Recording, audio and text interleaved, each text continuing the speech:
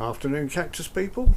This is a follow-up video to the propagation with machete video that I put out the other day, which some people didn't quite like. This one isn't quite so drastic. What I've been doing is taking some cuttings from this Mammillaria longimamma, which, although it flowered last year with several nice yellow flowers, it didn't set any seed, so I've resorted to propagating by cutting the tubercles off, which I've done before.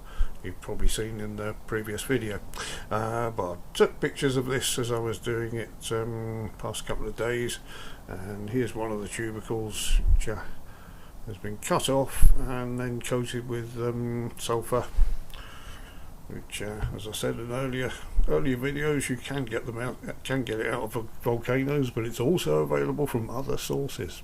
Got this on Amazon, I think.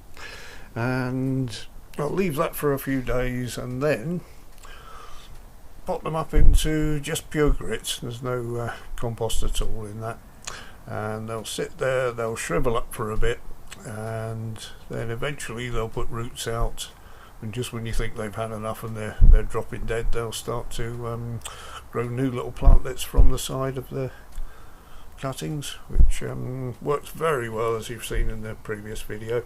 In fact, this is one of the plants that was just a tubercle 2 years ago, I think, and you can see it's done really well. It's putting out plenty of new growth in the middle, so that'll be quite a decent sized plant next year.